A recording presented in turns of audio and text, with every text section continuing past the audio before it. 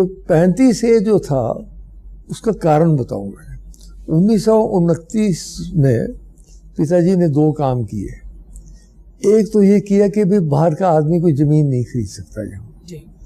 क्यों? पैसा कश्मीरी गरीब थे, पंजाबियों ने आके सारी ज़मीन खरीद लेनी थी और बेरोज़गार हो जाने से। आज कोई बेरोज़गार कश्मीर में आपको मजदूर नहीं मिलेगा, काम करना होता तो बिहार से मजदूर मंगवाना पड़ता। तो अपने लोगों को रक्षा के लिए किया उन्होंने। दूसरा उन्होंने कहा कि नौकरी बाहर से नहीं ले सकता है। क्यों? अगर नौकरी खुली होती तो बंगाली बहुत पढ़े लिखे थे, जम्मू कश्मीर के लोग तो रहे थे, तो ज़मीन सब पंजाबियों ने लेनी थी, नौकरियों सब बंगालियों ने लेनी थी, वो हमारे लोग कहाँ जाते। तो ये जो था ये अपने लोगों की रक्षा के लिए उन्होंने किया। ये कोई ऐसी भयंकर चीज़ नहीं की उन्होंने, जो एक हवा बनाया जा रहा है कि भाई पता